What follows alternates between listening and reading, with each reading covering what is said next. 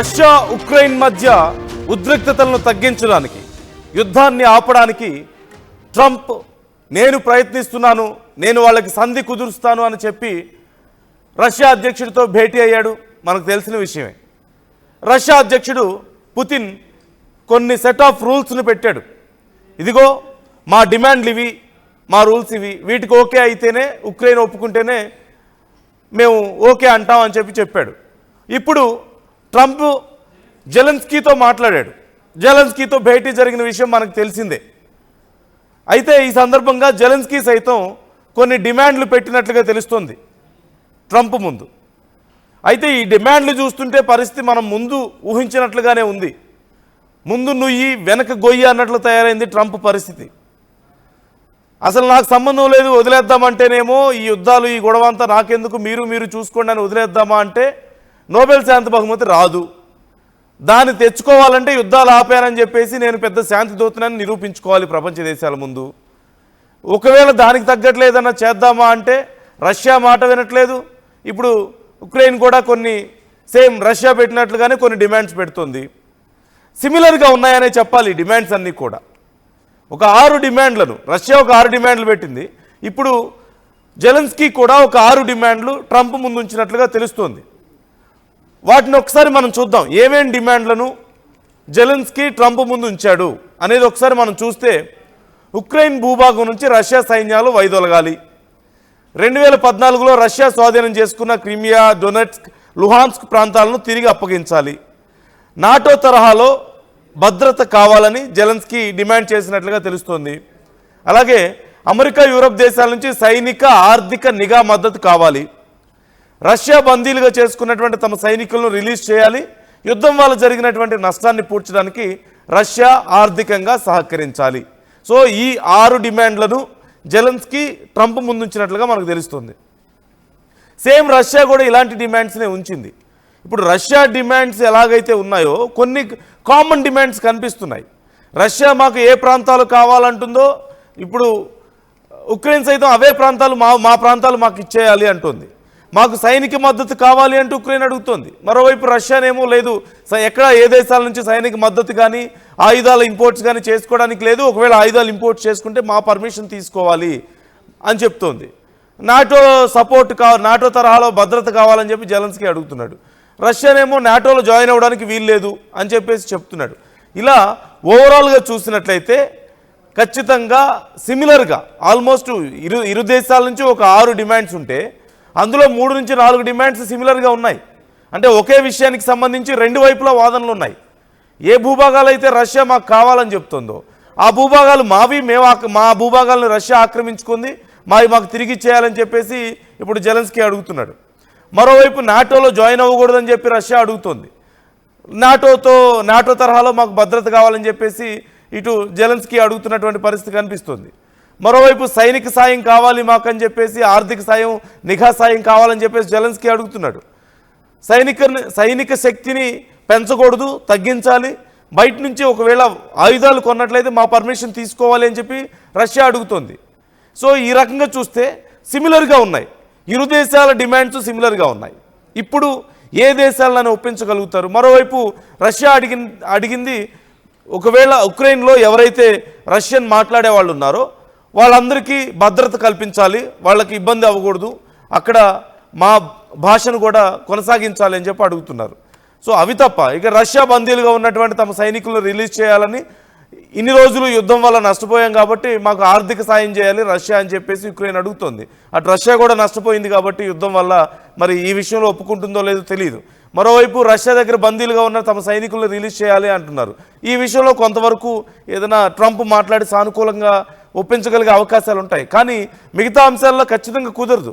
Russia occupy చేసుకున్నటువంటి ప్రాంతాలన్నీ కూడా మాకు కావాలని చెప్పేసి రష్యా అడుగుతోంది. ఉక్రెయిన్ ఏమో అవి మా భూభాగాలు మాకు ఇచ్చేయండి అంటున్నారు. మరోవైపు మాకు సైనికంగా, ఆర్థికంగా నిఘా మద్దతు కావాలంటున్నారు.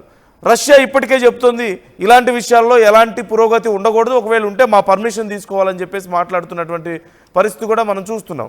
ముఖ్యంగా నాటోలో లాంటి ఒక సపోర్ట్ మాకు కావాలని చెప్పేసి ఉక్రెయిన్ అడుగుతుంది. కానీ నాటోలో జాయిన్ అవ్వడానికి అవకాశం లేదు అని చెప్పి రష్యా చెప్తుంది. సో ఇలాంటి కీలకమైనటువంటి అంశాలు ఎక్కడైతే అసలు యుద్ధం మొదలైందో, ఏ విషయాల్లో అయితే ఉక్రెయిన్ ఇంత బలంగా నిలబడి రష్యా లాంటి పెద్ద దేశాలతో యుద్ధం చేయడానికి రెడీ అయిందో అలాంటి విషయాల్లోనే తగ్గాలి అని చెప్పేసి రష్యా అడుగుతోంది. కానీ ఉక్రెయిన్ మాత్రం అలాంటివే మాకు మళ్ళీ కుదరదు, మేము వీటిలో తగ్గే ప్రసక్తే లేదని చెప్తోంది. మరి ఇలాంటి పరిస్థితుల్లో ట్రంప్ ఏం చేయబోతున్నాడు? ఇప్పుడు యుద్ధం వల్ల జరిగిన నష్టంలో డబ్బులు ఇవ్వమంటే రష్యా కూడా మేము నష్టపోయామని చెప్పే అవకాశం ఉంటుంది, లేదంటే అమెరికా కొంత నష్టపరిహారం చెల్లించే అవకాశం ఉంటుందేమో, ఇదిగో కొంత బెటర్ అవ్వండి అని చెప్పేసి, లేదంటే బందీలుగా ఉన్న వాళ్ళని రిలీజ్ చేయమంటే చేసే అవకాశం ఉంటుందేమో. కానీ మిగతా విషయాల్లో ఖచ్చితంగా కుదరదు కదా. ఖచ్చితంగా ఇరు దేశాలు వాటి కోసమే గొడవలు పడ్డాయి, వాటి కోసమే ఇన్ని రోజులు యుద్ధం చేశాయి. 2022 నుంచి జరుగుతున్నటువంటి యుద్ధమే వాటి కోసం కదా. ఇప్పుడు ట్రంప్ పరిస్థితి ఏంటి? ట్రంప్ నిజంగా ఒప్పించగలుగుతాడా? కొంతమంది అనుకుంటున్నారు రష్యా ట్రంప్ కలిసిపోతారు, అమెరికా రష్యా కలిసిపోతాయి, ఉక్రెయిన్ మీద ఒత్తిడి పెరిగే అవకాశం ఉందనే ఉద్దేశాలు కూడా కొంతమంది వ్యక్తం చేస్తున్నారు. ఈ తరుణంలో మరి జెలెన్స్కీ పరిస్థితి ఏంటి? ఓ పక్క జెలెన్స్కీ చాలా దగ్గరయ్యే ప్రయత్నం చేస్తున్నాడు అమెరికాకి. గతంలో ఉన్నటువంటి ఈ వైట్ హౌస్లో కూర్చున్న తర్వాత మాటల యుద్ధం జరగకుండా ఉండేందుకు జెలెన్స్కీ కూడా చాలా ప్రయత్నాలు చేశారు. సో అన్ని రకాలుగా రెండు సైడ్ల నుంచి కూడా సమస్యలు ఉన్నాయి ఇప్పుడు ట్రంప్కి. ఇవన్నీ కాదు, నాకెందుకు ఈ తలనొప్పి అంటేనేమో నోబెల్ శాంతి బహుమతి రాదు, దానికోసం తీవ్ర ప్రయత్నాలు చేస్తున్నారు. అసలు ఈ గొడవలో వేలు పెట్టడానికి కారణం అది కూడా మనకు క్లియర్గా కనిపిస్తుంది. అలాగని ఏదన్నా చేద్దామంటేనేమో పురోగతి కనిపించడం లేదు. మొన్న జరిగినటువంటి రష్యాతో జరిగినటువంటి చర్చల్లో ఏ పురోగతి లేదు. ఇప్పుడు జెలెన్స్కీ ఏమో డిమాండ్స్ పెడుతున్నారు, అవే డిమాండ్స్ ఆల్మోస్ట్ రష్యా పెడుతుంది. ఇరు దేశాలు సమానమైనటువంటి డిమాండ్స్ పెడుతున్నాయి. ఇరు దేశాలకి చాలా కీలకమైనటువంటి అంశాలు, వాటి కోసమే గొడవలు జరిగాయి. వాటిలో కాంప్రమైజ్ అవ్వమంటే ఇరు దేశాలు కాంప్రమైజ్ అయ్యే పరిస్థితి లేదు. ఇప్పుడు అమెరికా పరిస్థితి ఏంటి, ఏం చేయబోతుంది అనేదే ఇక్కడ కీలకమైన అంశం. మరి యూరోపియన్ దేశాల సపోర్ట్ ఏమైనా తీసుకుంటారా ఈ చర్చల్లో అనేది కూడా తేలాలి. సచిన్ జాయిన్ అవుతున్నారు, నా కొలీగ్ సచిన్ కూడా ఈ అంశాలను మొదటి నుంచి కూడా ఫాలో అప్ చేస్తున్నారు ఎప్పటికప్పుడు. సచిన్ ఒకసారి మనం మాట్లాడదాం సచిన్తో. సచిన్, ఎలా చూడాలి? సిమిలర్ డిమాండ్స్ కనిపిస్తున్నాయి ఇరు దేశాల నుంచి. ఏ భూభాగాలు అయితే రష్యా కావాలంటుందో అవి మా భూభాగాలు మేము కుదరవంటున్నారు. సైనిక శక్తిని పెంచుకోకూడదంటే మాకు సపోర్ట్ కావాలని చెప్పి ఉక్రెయిన్ చెప్తుంది. ఏం జరగబోతుంది ఈ విషయంలో? అసలు ఇప్పుడు ట్రంప్ ముందు ఉన్నటువంటి ఆప్షన్స్ ఏంటి? ట్రంప్ అందుకే చాలా చాకచక్యంగా చాలా తెలివిగా వ్యవహరిస్తున్నాడు. ట్రంప్ ఒకటి మనం ముందు మాట్లాడుతున్నట్టుగా ఇప్పుడు మీరు చెప్పిన 6 డిమాండ్స్ కి సంబంధించి, అంటే మొట్టమొదటి యుక్రెయిన్ భూభాగం నుంచి రష్యా సైన్యాలు వైదొలగాలనేది ఇక ప్రధానంగా వస్తున్న చర్చ. దీంతో పాటు 2014లో రష్యా స్వాధీనం చేసుకున్న క్రైమియాను ఇది తిరిగి ఇచ్చే సందర్భం ఎక్కడా కనిపించట్లేదు. ఆ తర్వాత డొనెట్స్క్, లుహాన్స్క్ తో పాటు జపోరిజియా లాంటి కొన్ని ప్రాంతాలను కూడా ఇటు తిరిగి అప్పగించాలనేది వినిపిస్తున్న సిచ్యువేషన్. కానీ వీటి మీద రష్యా ఏ స్టాండ్ అయితే ఉందో ఆ స్టాండ్ కి సంబంధించి కొనసాగే అవకాశం కనిపిస్తోంది. ఇక నేటో తరహాలో భద్రత కావాలని జెలెన్స్కీ డిమాండ్ చేస్తున్నాడు. దీని మీద ట్రంప్ రియాక్ట్ అయ్యాడు. నందు ఏమంటాడంటే చాలా టాక్టికల్ గా మాట్లాడాడు. నేటో తరహాలో భద్రత కావాలని జెలెన్స్కీ డిమాండ్ చేస్తూ ఉంటే, నేటో తరహాలో అంటే నేటోకి సంబంధించి మరి ముఖ్యంగా పశ్చిమ దేశాలు అంటే యూరోపియన్ యూనియన్ కి సంబంధించిన భద్రతా బలగాలు ఇటు యుక్రెయిన్ కి ఎలాగా అండగా నిలుస్తున్నాయి. మరి ముఖ్యంగా చెప్పాలంటే యూరోపియన్ యూనియన్ యుక్రెయిన్ కి ఎలాగా అండగా ఉంది కాబట్టి నేటో పూర్తిగా అక్కడ దింపకపోయినప్పటికీ ఇటు యూరోపియన్ యూనియన్ యుక్రెయిన్ కు అండగా నిలుస్తుంది. యుక్రెయిన్ సంబంధించి యూరోపియన్ యూనియన్ అండగా నిలుస్తూనే ఆయుధ సంపత్తిని, అంటే ఇక్కడ కూడా వ్యాపారమే, తన ఆయుధాలను ఇటు యుక్రెయిన్ అమ్ముతాడు ట్రంప్. కానీ ఎవరు కొనుగోలు చేస్తే దానికి మధ్యవర్తితో లేకపోతే డబ్బులు సరఫరా చేస్తుందో లేకపోతే దానికి అంటే యుక్రెయిన్ కి మద్దతు ఇచ్చేది ఎవరు? European union. సో ఇక్కడ ట్రంప్ రష్యాతోని చనువుగా ఉండాలనుకుంటున్నాడు, యుక్రెయిన్ తోని తన వ్యాపారాన్ని కొనసాగించాలి. బహుశా చనువు అనే పదం చాలా ఎక్కువ అవ్వచ్చేమో, తన వ్యాపారాన్ని కొనసాగించాలనుకుంటున్నాడు. ఇక్కడ ఎవరిని బేస్ చేసుకుంటాడు? యూరోపియన్ యూనియన్ మీద తుపాకీ, అంటే ఆ భుజం మీద తుపాకీ పెట్టి రెండు వైపులా డైరెక్ట్ చేస్తున్నాడు. ఆ తుపాకీ ఎటువైపు పెరుగుతుందని బిగ్గెస్ట్ క్వశ్చన్ మార్క్. ఇక ఆ తర్వాత అమెరికా, యూరోప్ దేశాల నుంచి సైనిక ఆర్థిక మద్దతు కావాలి అంటూ చెప్తున్నప్పటికీ కూడా ఇక్కడ యూరోప్ దేశాలు ఇప్పటికే మద్దతు అంటూ కూడా చెప్పుకొచ్చింది. ఇక్కడ ఎగ్జాంపుల్ నేను బ్రిటన్ చెప్పే ప్రయత్నం చేస్తాను. బ్రిటన్ ప్రధాని కేర్ స్టార్మర్ ఆయన ఈ రోజు మాట్లాడిన సందర్భంలో కూడా రెప్లికేట్ అవుతోంది. మరి ముఖ్యంగా కొన్ని సెక్యూరిటీ గురించి మాట్లాడిన సందర్భంలో ఆ అంశం రెప్లికేట్ అవుతోంది. బట్ అమెరికా మాత్రం ఇక్కడ మద్దతుగా నిలవదు. ఇది నేను ఎంతగా ఘంటాపథంగా చెప్పాలనుకుంటున్నానంటే ట్రంప్ క్లియర్ గా చెప్పుకొచ్చాడు. నేటో విషయంలో ఎటువంటి స్టాండ్ అయితే ట్రంప్ తీసుకున్నాడు అటువంటి వ్యూహమే ఇప్పుడు క్లియర్ కట్ గా చెప్పుకొచ్చాడు. అంటే నేను అటు రష్యాతోనే ఉండాలనుకుంటున్నాను, అదే సత్సంబంధాన్ని, అదే వాణిజ్యాన్ని, అదే అట్ ద సేమ్ టైం ఇటు యుక్రెయిన్ తోనే కొనసాగించాలనుకుంటున్నాను అనేది ఇక్కడ క్లియర్ గా వినిపిస్తున్నమాట. ఇక ఆ తర్వాత రష్యా బందీలుగా చేసుకున్న తమ సైనికుల్ని రిలీజ్ చేయాలని డిమాండ్. యుద్ధం వల్ల జరిగిన నష్టాన్ని పూడ్చడానికి రష్యా ఆర్థికంగా సహకరించాలి. బహుశా ఇక్కడ మనం మాట్లాడేటప్పుడు 6 డిమాండ్లు అనుకున్నాం. 1, 2, 3, 4, 5, 6, 7, 7 నుంచి 8 ఇలా డిమాండ్స్ ఉన్నాయి. అయితే దీంట్లో కనిపించే మాట బహుశా 2, 3 నెరవేర్చము, ఒకటి మాత్రం కన్ఫామ్ గా జరిగే అవకాశం ఉంటుంది. అది ఏంటంటే రష్యా బంధువులుగా చేసుకున్న తమ సైనికులను రిలీజ్ చేయాలని చెప్పి డిమాండ్ తెర మీద తీసుకొస్తే బహుశా రష్యా విడిచిపెట్టచ్చు కాక. కానీ ఇక్కడ నెరవేరని అంశాల గురించి మాట్లాడుకోవాలంటే యుక్రెయిన్ భూభాగం నుంచి రష్యా సైన్యాలు వైదొలగడం, ఇది నెరవేరే అంశానికి గురించి మాట్లాడుకున్నప్పటికీ కూడా ఇక్కడ అమెరికా ష్యూరిటీ ఇవ్వాల్సి ఉంటుంది, అమెరికా ధైర్యం ఇవ్వాల్సి ఉంటుంది.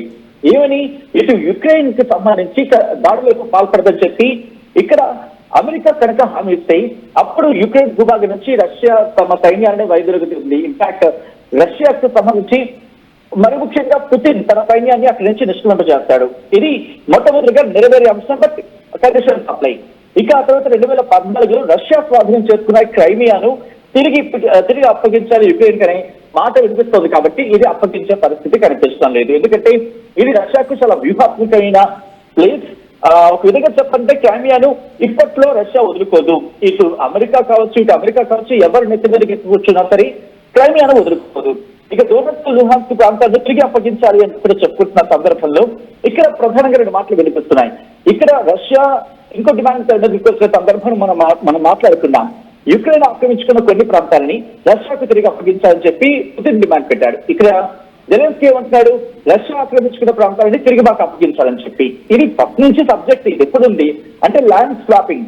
ఇది మొదటి నుంచి చర్చకుంది, కానీ ఇద్దరు ఎక్కడ కూడా తెగటం లేదు. బహుశా ఈ సబ్జెక్ట్ లో ఈ అండర్ లైన్లు, ఈ కార్నర్లు ఇది నెరవేరే అవకాశం ఎక్కడ ఇప్పట్లో ఫిగర్ మాత్రం లేదు. బహుశా తెగిసి ఒక 2-3 ఏళ్ల తర్వాత క్లారిటీ వచ్చిందట బహుశా ఒక సామపడే అవకాశం ఉంటుంది తప్ప, లేకపోతే ఈ అంశం మాత్రం తెగేటట్టు ఎక్కడ కనిపించట్లేదు. ఆ తర్వాత నేటో తరహాలో భద్రత కావాలని జెలెన్స్కీ డిమాండ్. ఇక్కడ ట్రంప్ ఏం చేస్తాడంటే కర్ర విరకూడదు, పాము చావకూడదు అనే టైప్ లో మాట్లాడుతున్నాడు. ఏమని నేటో తరహాలో భద్రత అంటే ఇక్కడ జెలెన్స్కీకి ఒక మాట చెప్పినట్టుగా తెలుస్తోంది. అంటే నేటో తరహాలో భద్రత అంటే నేటో పూర్తిగా అక్కడికి వెళ్ళదు. అంటే యుక్రెయిన్ లో నేటో బలగాలు అంటే ఎవరైనా కొత్తగా ఉన్న వాళ్ళకి చెప్పే ప్రయత్నం చేస్తాను. నేటో ఏంటంటే North Atlantic Treaty Organisation. So ఇక్కడ దీంట్లో ఉన్న దేశాల్లో ఏ ఒక్క దేశం మీదైనా దాడి చేస్తే మిగిలిన దేశాలన్నీ వారి మీద పడతాయి. సపోజ్ మీరు, నేను, మన కొలీగ్స్ అందరూ 4 కలిసి ఈ ఆర్గనైజేషన్ లో ఉన్నాం అనుకున్నాం, ఈ North Atlantic Treaty Organisation. So మన మీద ఎవరైనా దాడి చేస్తే, ఒక్కరినే దాడి చేసినా కూడా మిగిలిన 3 దేశాలకు సంబంధించిన సైన్య బలగాలు మొత్తం అవన్నీ కూడా వాళ్ళకి రక్షణగా దాడికి దిగుతాయి. సో ఇది నాటో అంటే. సో ఇటువంటి తరహాలో ఇప్పుడు జెలెన్స్కీ డిమాండ్ ఏంటంటే నేటో తరహాలో భద్రత కావాలని డిమాండ్ చేస్తాడు. అంటే ఇక్కడ ట్రంప్ ఏమంటున్నాడు, యూరోపియన్ యూనియన్ కి సంబంధించి బలగాలు ఏవైతే ఉంటాయో అవి సపోర్ట్ చేయొచ్చు, లేకపోతే ఫైనాన్షియల్ గా కావచ్చు, లేకపోతే మరి ముఖ్యంగా ఆర్మ్స్ విషయంలో కావచ్చు, ఇలా సపోర్ట్ ఇవ్వచ్చు. కానీ దానికి మాత్రం అమెరికా సపోర్ట్ ఇవ్వదు. కానీ అమెరికా ఎలా సపోర్ట్ ఇస్తుంది, ఆయుధాలను నీకు ఇస్తుంది.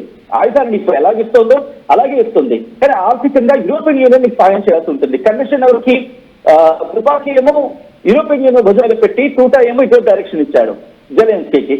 సో ఇక్కడ యూరోపియన్ యూనియన్ ఇప్పటికే మనం చూసాం, యూరోపియన్ యూనియన్ కి సంబంధించి ఇటు ఫ్రాన్స్ అధ్యక్షుడు మ్యాక్రాన్ కావచ్చు, జర్మన్ ఛాన్సలర్ కావచ్చు, లేకపోతే ఇలా మరి ముఖ్యంగా EU హెడ్ కావచ్చు, వీళ్ళందరూ ఈ రోజు నేను అక్కడికి వెళ్ళారు, కూర్చున్నారు, మాట్లాడుతున్నారు. ఇంకా మాట్లాడాలంటే కనుక అఫ్కోర్స్ ఇది కాస్త మళ్ళీ నేను నెక్స్ట్ మాట్లాడే ప్రయత్నం చేస్తాను. EU పాయింట్స్ మనం మెన్షన్ చేసుకుని పక్కన పెట్టుకున్నాం. ఇంకా అక్కడి నుంచి నెక్స్ట్ పాయింట్ నందు. Right Sachin. Thanks for the details Sachin. ఓవరాల్గా చూస్తే ఇప్పుడు ఇరు దేశాల నుంచి కూడా ఇలాంటి డిమాండ్సే కనపడుతున్నాయి, సిమిలర్ డిమాండ్స్ కనపడుతున్నాయి. ఈ నేపథ్యంలో మరి ఏం జరగబోతోంది అనేదే చాలా కీలకంగా ఉంది. ఒకసారి ఇప్పుడు మనం జెలెన్స్కీ పెట్టినటువంటి డిమాండ్స్ మనం చూస్తున్నాం స్క్రీన్ మీద. ఒకసారి రష్యా పెట్టినటువంటి, పుతిన్ పెట్టినటువంటి డిమాండ్స్ కూడా ఒకసారి చూద్దాం. ఎందుకు ఇంత కాంప్లికేటెడ్ అవుతుంది అనేది మనకి మరింత క్లియర్గా ఉంటుంది. ఒకసారి రష్యా డిమాండ్స్ ఒకసారి మనం చూద్దాం. నాటో కూటమిలో చేరకూడదు ఉక్రెయిన్ అనేది మొదటి డిమాండ్. నెక్స్ట్ డిమాండ్ చూస్తే సైన్యాన్ని భారీగా తగ్గించాలి. నెక్స్ట్ డిమాండ్ చూస్తున్నాం, భూభాగాల అప్పగింత. ముఖ్యంగా ఇప్పుడు ఏవైతే ఉక్రెయిన్ చెప్తుందో ఆ భూభాగాలే రష్యా కూడా తమకు కావాలని అంటుంది. అలాగే రష్యా అంతర్భాగంగా క్రిమియాకు గుర్తింపు ఇవ్వాలి అంటుంది. ఇది కూడా చాలా కీలకమైనటువంటి అంశమే ఉక్రెయిన్కి. ఇక రష్యాపై అంతర్జాతీయంగా ఆంక్షలు ఎత్తివేయాలి, ఇది అమెరికా చేతుల్లో ఉంటుంది కొంతవరకు. నెక్స్ట్ ఇండియాపై టారిఫ్స్ తగ్గించాలి అనేది కూడా కొంత ఇంటర్నల్గా కోరినట్లుగా తెలుస్తుంది. ఇప్పుడు ఆ విషయంలో పురోగతి కనిపిస్తుంది. సో ఏవైతే ఈ 6 డిమాండ్స్ ఉన్నాయి, ఆల్మోస్ట్ ఈ 6 డిమాండ్స్లో ఒక 2-3 డిమాండ్స్ అమెరికా చేయగలిగినవో, లేదంటే రష్యా కానీ ఉక్రెయిన్ కానీ తమ సొంత నిర్ణయాలతో చేయగలిగినవి. కానీ అసలు యుద్ధం ఎందుకు మొదలైంది అనే విషయాలే ఇప్పుడు తగ్గాల్సి వస్తే, యుద్ధం దేనికోసం అయితే చేస్తున్నారో వాటి విషయంలోనే వెనక్కి తగ్గాల్సి వస్తే పరిస్థితి ఏంటి? అలాంటి పరిస్థితి ఖచ్చితంగా ఒప్పుకోరు కదా. ఇప్పుడు ముఖ్యంగా భూభాగాల విషయంలో అదే జరుగుతుంది. తమ భూభాగాలను తమకు ఇచ్చేయండి, డొనెట్స్ కానీ లుహాన్స్ కానీ ఈ క్రిమియా ప్రాంతాలు తమయి మాకు ఇచ్చేసేయండి అని చెప్పి అడుగుతుంది. ఈ నేపథ్యంలో రష్యా కూడా ఇవే భూభాగాలు అడుగుతుంది కదా. ఓ పక్క ఉక్రెయిన్ అదే అడుగుతుంది, మరో పక్క రష్యా ఇవే అడుగుతుంది. రష్యానేమో ఈ భూభాగాలు మాకు ఇచ్చేసేయండి, ఇవి చాలా కీలకమైనటువంటి భూభాగాలు. ఎందుకంటే డొనెట్స్ కానీ లుహాన్స్లో కానీ ప్రధానంగా ఈ బొగ్గు నిక్షేపాలు, ఐరన్ ఓర్ నిక్షేపాలు చాలా ఎక్కువగా ఉన్నాయి. క్రిమియా చాలా కీలకమైనటువంటి భూభాగం. ఇటు యుద్ధానికి కానీ లేదంటే ఏవైనా సరే ప్లాన్స్కి చాలా వల్నరబుల్గా ఉండడానికి అవకాశం ఉంటుంది రష్యాకి కూడా. సో ఇలాంటి భూభాగాలు ఎందుకు ఒప్పుకుంటుంది రష్యా? మరోవైపు ఎందుకు ఉక్రెయిన్ ఒప్పుకుంటుంది ఇవ్వడానికి? నాటోలో జారకూడదని చెప్పేసి చెప్తుంది రష్యా ఉక్రెయిన్ని. ఉక్రెయిన్ ఒక పక్క మాకు నాటో లాంటి సపోర్ట్ కావాలి అని చెప్పేసి అంటుంది, మరోవైపు మాకు భద్రత కావాలి ఫినాన్షియల్గా కానీ. సో ఇలా మనం చూస్తూనే ఉన్నాం. ఈ నేపథ్యంలో సచిన్ చివరిగా మనం ఎలా చూడొచ్చు సచిన్? ఇప్పుడు ఓ పక్క ఇప్పుడు రష్యాకి సంబంధించినవి, ఉక్రెయిన్కి సంబంధించిన డిమాండ్స్ వరకు అయితే మనం మాట్లాడుకున్నాం, బాగానే ఉంది. సరే, ఇంతకుముందు మీరు చెప్పినట్లుగా కొన్ని కీలకమైనటువంటివి ఇరు దేశాలు కూడా వెనక్కి తగ్గలేవు పరిస్థితి, ఇరు అధ్యక్షులు కూడా ఒప్పుకోలేని పరిస్థితిలో ఉన్న తరుణంలో ఇది అమెరికాకి ఇప్పుడున్న పరిస్థితుల్లో ఉన్న మార్గాలు ఏంటి అసలు? అంటే ఏమేం పాసిబిలిటీస్ ఉన్నాయి ఇద్దరిని ఒప్పించడానికి అనేది ఒక అంశం అయితే, మున్ముందు అంటే ఎంత టైం, చాలా వెరీ సూన్ ఇదంతా కూడా సెట్ అవ్వబోతోంది అని కొంతమంది ఎక్స్పెక్ట్ చేస్తున్నారు. But do you think if there is any possibility చాలా త్వరగా ఇవన్నీ సెట్ అయ్యే అవకాశాలు కనిపిస్తున్నాయా? అండ్ నిజంగా దీన్ని ఏదైనా సార్ట్అవుట్ చేయడం వల్ల ట్రంప్కి శాంతి బహుమతి వస్తుందంటారా? దానికోసం ఎంత నానాయాగి చేస్తున్నాడు కదా. మీరు ఫస్ట్ క్వశ్చన్ అడిగారు, ఇది అంత వేగంగా తేలుతుందండి. రెండోది శాంతి బొమ్మది. ఫస్ట్ దాన్ని నేను క్లారిటీ ఇచ్చే ప్రయత్నం చేస్తాను. అంత వేగంగా తేలుతుందంటే కనుక డ్యామ్ షూలే అంతే, ఇది బహుశా ఒక 2 నెలలకు మించినా పెద్దగా ఆశ్చర్యపడవలసిన అవసరం లేదు. నేను ఎందుకు ఈ టైం అంటున్నానంటే కనుక నందు, ఇప్పుడు ఇంకా ఈ బయలటరల్ గా మాత్రమే జరుగుతున్నాయి. అంటే ట్రంప్ అలాగే పుతిన్, ట్రంప్ జెలెన్స్కీ జరుగుతోంది. ఈ బయలటర్ నుంచి ట్రైలేటర్ మీటింగ్ జరగబోతోంది. ఎవరెవరికి? ట్రంప్ కి, అలాగే జెలెన్స్కీకి, యూరోపియన్ యూనియన్ నేతలకి. అట్ ద సేమ్ టైం ఇంకొక ట్రైలేటర్ మీటింగ్ జరిగే అవకాశం ఉంది. ఎవరెవరికి? ట్రంప్ కి, పుతిన్ కి, జెలెన్స్కీకి పుతిన్ కి మధ్య ఆ ఒప్పందం కుదిరితే ఈ 3 జరిగిన తర్వాత కోఆర్డినేటర్ మీటింగ్ జరిగే అవకాశం ఉంది. కోఆర్డినేటర్ మీటింగ్ అంటే ట్రంప్ ఉంటాడు, పుతిన్ ఉంటాడు, జెలెన్స్కీ ఉంటాడు, యూరోపియన్ యూనియన్ ఉంటుంది. సో ఇన్ని మీటింగ్స్ ఉన్నాయని ఒక చర్చ జరుగుతోంది. ఇవన్నీ జరగాలి, ఆ డిమాండ్స్ అందరూ ఒప్పుకోవాలి. మరి ముఖ్యంగా పుతిన్ తలంచాలి, జెలెన్స్కీ కొన్ని పరిస్థితుల్లో పూర్తిగా తనని తాను సముదాయించుకొని మాట్లాడాలి, యూరోపియన్ యూనియన్ కి సంబంధించి మాట్లాడుకోవాలి, ట్రంప్ తన గురించి మాట్లాడుకోవాలి. ఇవన్నీ జరగాలంటే కనుక జస్ట్ నార్మల్ గా నేను వ్యూయర్స్ ని అడిగే ప్రయత్నం చేస్తున్నాను, వ్యూయర్ కు వదిలేస్తున్నాను. ఎందుకంటే ఇది 2 months ఈజీగా పడుతుంది. నేను అట్లీస్ట్ కండిషన్స్ లో చెప్తున్నాను. లేదు క్విక్ గా పరిణామాలు చోటు చేసుకుంటే కనుక మారే అవకాశం ఉంటుంది. ఇందాక మీరు ఒక మాట అన్నారు, టారిఫ్స్ విషయంలో భారత్ కి సంబంధించి చర్చకు వచ్చింది అని చెప్పి మనం చెప్పిన తర్వాత చాలా మంది ఖండించడం జరిగింది. బట్ లెట్ మీ రీటరేట్, ఇప్పుడు ఇదే అంశానికి సంబంధించి కొద్దిసేపటి క్రితం ఇటు స్కాట్ బెసెంట్, అమెరికా మంత్రి స్కాట్ బెసెంట్, ఆయన మాట్లాడాడంటే ఇటు చైనా అంశాన్ని ప్రస్తావిస్తూ 13% చైనా ఒకప్పుడు కొంది, ఆ తర్వాత 16% పెరిగింది. కానీ భారత్ రష్యా నుంచి ఎక్కువగా కొనుగోలు చేస్తోంది. అందువల్లే అంటే భారత్ కి సంబంధించి 50% సుంకాల అంశమే రష్యాను చర్చల వరకు వచ్చేలా చేస్తుందనేది అక్కడ ఆయన అన్న మాటగా ప్రస్తుతం సోషల్ మీడియాలో చక్కర్లు కొడుతోంది. సో ఈ పాయింట్ కనుక తీసుకుంటే ఇటు భారత్ మీద కక్ష సాధింపు చర్యలు, కక్ష కట్టాడు, ఈ కొన్ని ఆ గురిని ట్రంప్ పుతిన్ వైపు పెట్టాడంటే ఒక అర్థం చేసుకోవచ్చు. ఆ కాంబినేషన్, ఆ సీక్వెన్స్, ఆ ప్యాటర్న్ అర్థం చేసుకోవచ్చు. సో ఇలా జరుగుతున్న క్రమంలో ఇప్పుడు ఇది త్వరగా తేల్చాలి. ట్రంప్ కావాల్సినది శాంతి బహుమతి కోసం ఇది త్వరగా తేలాలి. కానీ ఇక్కడ జెలెన్స్కీ పట్టు పెట్టలేదు, యూరోపియన్ యూనియన్ నేతలు కూడా పట్టు పెట్టలేదు. ఎందుకంటే ఒకటే అంటున్నారు, ఇన్ఫాక్ట్ బ్రిటన్ ప్రధాని కేర్ స్టార్మర్ ఆయన ఏమంటున్నారు, ఎవరికైనా ఒకరికి నొప్పి తగిలితే మిగతా వాళ్ళందరికీ నొప్పి తగిలినట్టే, అందుకే మేము పరిగెడుతున్నాం, మేము వస్తున్నామంటూ చెప్పిన పక్షంలో ఇప్పుడు ఇక్కడ యూరోపియన్ యూనియన్ నేతలు అందరూ కూడా ఒప్పుకోవాలి ఇటు పుతిన్ పెట్టే కండిషన్స్ ని. ఇంకా జెలెన్స్కీ ఏమంటాడు, జెలెన్స్కీ బెదిరిస్తున్నాడు. ఒక మాటకి చెప్పాలంటే బహుశా ఈ టైంలో బెదిరింపులు కరెక్ట్ కాదేమో. ఏమంటున్నాడు, ఇటు యూరోపియన్ యూనియన్ నేతలు బలంగా ఉన్నారు, ట్రంప్ కూడా బలంగా ఉన్నాడు. ఈ సందర్భంలోని ఇటు యూరోపియన్ యూనియన్ తో పాటు అమెరికా రెండూ కలిసి పుతిన్ ని బలవంతంగా ఒప్పించాలి. బలవంతంగా, ఈ బలవంతంగా అనే పదం బలప్రయోగం చేస్తాం అంటే బలవంతంగాను లేకపోతే కాస్త ఫోర్స్ఫుల్ గాను, బహుశా బలప్రయోగం అనే పదం నాకు తప్పైతే కనుక టేకింగ్ మై వర్డ్ బ్యాక్, కాస్త ఒత్తిడి తీసుకొచ్చి ట్రంప్ ని పుతిన్ ని ఒప్పించాలి అనే అంశం తెర మీదకి తీసుకొస్తున్నారు. Danger point here. జెలెన్స్కీ బహుశా కాస్త నోరు జారడేమో అనుకోవాలి. ఒకవేళ ట్రంప్ పుతిన్ కనుక దీనికి చాలా సీరియస్ గా తీసుకుంటే ఏదో అంటూ ఉంటాం, మళ్ళీ మొదటికి వచ్చిందని చెప్పి అప్పుడు మళ్ళీ ట్రంప్ ఎటువంటి సీరియస్ ని వ్యక్తం చేస్తారు. నిన్న జరిగిన భేటీలో కాస్త నవ్వులు పూయించుకున్నారు, నీ కోట్ బాగుంది, నీ సూట్ బాగుంది అనుకున్నారు, కానీ మళ్ళీ మారిపోయే అవకాశం కనిపిస్తోంది. కమింగ్ బ్యాక్ టు మీరు నోబెల్ శాంతి బహుమతి అంటే మీరు ఒక క్వశ్చన్ రైజ్ చేశారు సెకండ్ క్వశ్చన్ గా. Let me give clarity on that. Nobel శాంతి బహుమతికి సంబంధించి ప్రస్తుతం జరుగుతున్న పరిణామాలు, ఇది అక్టోబర్ లో నామినేట్ చేస్తారు. నాకు subject the correction here also, ఇది అక్టోబర్ లో నామినేషన్ కి సంబంధించి కాబట్టి ఇప్పుడు అక్టోబర్ కంటే తేల్చాలి. ఇదంతా అప్పుడే ఆగస్ట్, సెప్టెంబర్, అక్టోబర్ 2 నెలలు మాత్రమే ఉంది. సో అందుకే ఆల్టర్నేటివ్ గా ఇంకొక యుద్ధాన్ని కూడా తెర మీదకి తీసుకొచ్చే అవకాశం ఉంది. దాని గురించి నేను ప్రస్తావించాలనుకోవట్లేదు, ప్రస్తుతం దీనికి నేను కన్ఫైన్ అయ్యే ప్రయత్నం చేస్తున్నాను. కాబట్టి ఇవన్నీ జరిగే క్రమంలో ఇప్పటికే కొంతమంది ఆయన నామినేట్ చేస్తున్న పరిస్థితి ఉంది. కాబట్టి దీన్ని వీలైనంత త్వరగా తేల్చాలి. అందుకే యూరోపియన్ యూనియన్, నాకు తెలిసి నేను